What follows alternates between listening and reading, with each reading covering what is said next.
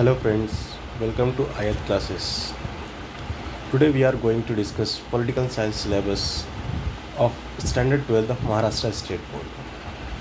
Before discussing syllabus, we just have to point out some important things. To understand 12th syllabus, we must have to understand 11th political science syllabus. हमने 11th में देखा था justice, liberty, equality, social justice, rights, then public administration, new public administration, constitutional government, constitutional representation, इन सारी चीज़ों को हमने 11th में देखा था. हमारे 12th में अगर हम चाहते हैं कि हम अच्छे से स्कोर करें तो हमारे लिए मस्ट हो जाता है कि हम 11th में अब 11th के सारे कंसेप्ट को अच्छे से समझ लें. चलो ये दोस्तों, हम बढ़ते हैं कि 12th के सिलेबस में हमें क्या क्या चीज़ें स्टडी करनी है. तो हमारा फर्स्ट यूनिट कहता है द वर्ल्ड सिंस 1991 और the world after post cold war era और the world after cold war और development in the international relations in the post cold war era, the growing importance of humanitarian issues, problems of terrorism and rise of multipolarity and regionalism. New factors like जैसे कि emergence of new states, then terrorism का जो scope change हुआ, इन सारी चीज़ों को हम detail में देखेंगे यूनिट फर्स्ट में. Then unit second globalisation, the ability to understand and analyse the various changes that have take place in the age of globalisation in the areas of economics, politics, science, technology and society and specially culture. Then unit third humanitarian issues,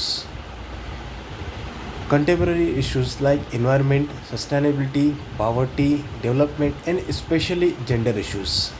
gender issues इसलिए ज़रूरी हो जाता है क्योंकि ऐसे world में जहाँ पर जेंडर फेवरेटिज़म प्रैक्टिस की जाती है वहाँ पर जेंडर इश्यूज़ को डिस्कस करना और उन्हें समझना ज़रूरी हो जाता है. Then develop the ability to analyse the contemporary issues in the Indian context to.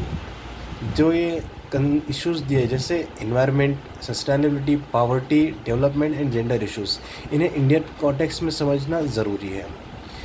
Then unit 4 national integration,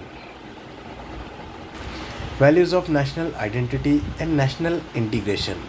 then understand the various challenges to peace, stability and national integration faced by India. After independence हमारे country ने जो सारे challenges face किए थे integration और country को एक साथ लेकर आने के लिए, उन चैलेंजेस को हमें डिटेल में देखना है यूनिट 4 में. Then unit 5 good governance, understand the rethinking in traditional approaches to public administration. Then understand the various dimensions of good governance in India. हमने 11th में देखा था public administration and new public administration. इस साल हमें इसी public administration का third step study करना है जो गुड गवर्नेंस है और इंडियन कॉन्टेक्स्ट में किस तरीके से कि गवर्नमेंट की पॉलिसीज़ वेलफेयर, पीपल के वेलफेयर के लिए किस तरीके से है, सिटीजन डेमोक्रेसी किस तरीके से स्ट्रेंथन हो रही है. इन सारी चीज़ों को हमें डिटेल में देखना है चैप्टर 5 में, यूनिट 5 में जो गुड गवर्नेंस है. Then unit 6 India in the world, understand the evolution of Indian foreign policy, develop the ability to analyze India's relation with various countries.